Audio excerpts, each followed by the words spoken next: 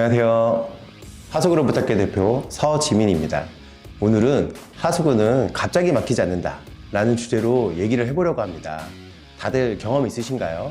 변기가 막혀서 당황하셨거나 싱크대가 막혀서 불편하셨던 적 있으신가요? 저희 어머니는 평생 하수구가 단 한 번도 막히지 않아서 제가 이 일을 한다고 했을 때 정말 하수구 뚫는 일로 먹고 살 수 있겠느냐 라며 걱정을 하셨습니다. 하지만 저는 매일매일 일이 끊이지 않게 하고 있습니다. 하수구는 절대 갑자기 막히지 않습니다. 현장에 나가보면 이런 고객님들이 많으세요. 어제까지는 물이 잘 내려갔다. 오늘 아침에도 사용하고 나왔어요. 또는 내가 이 집에 10년 넘게 살았는데 막힌 건 처음이다. 싱크대 같은 경우에는 싱크대 사용할 때는 물이 잘 내려가요. 하지만 한꺼번에 물을 내리면 밑에 넘치더라고요. 막힌 건 아니에요 라고 말씀하시더라고요. 근데 현장에 가서 뚜껑을 열어보면 정말 상황은 다릅니다. 왜냐면 쌓여온 흔적이 있기 때문이죠. 오늘 이 영상은 하수구 이야기도 하고 또 우리의 인생 이야기도 하려고 합니다. 제가 많은 일을 하면서 느낀 게 한 가지 있습니다. 기름 한번 흘렸다고 해서 절대 막히지 않습니다. 머리카락 몇 가닥 때문에 절대 막히지 않습니다. 문제는 조금씩 아무 일 없는 것처럼 계속 쌓이는 겁니다. 처음에는 물이 잘 내려가요. 그러니까 더 신경 안 쓰게 되는 거죠. 그러다 어느 날 왜 갑자기 막힌 거죠? 라고 묻게 되는 겁니다.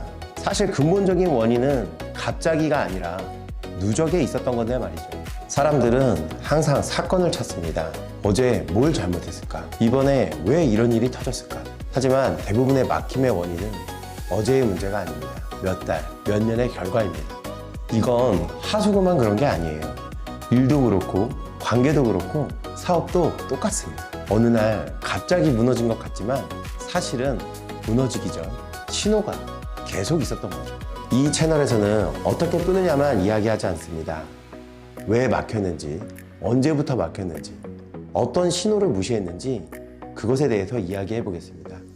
저는 하수구를 단순한 배관이라고 생각하지 않습니다. 현실의 축소판이라고 생각합니다. 보이지 않는 곳에서 조용히 쌓이다가 결국에는 터지는 구조. 이 채널은 그 구조를 들여다보는 채널입니다.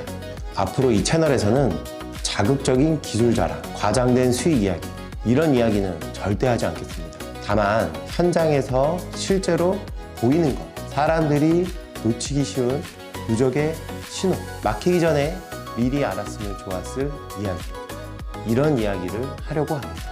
이 영상을 보면서 혹시 기억나는 사건 있으신가요? 그리고 여러분의 인생에서 가로막힌 경험 있으신가요?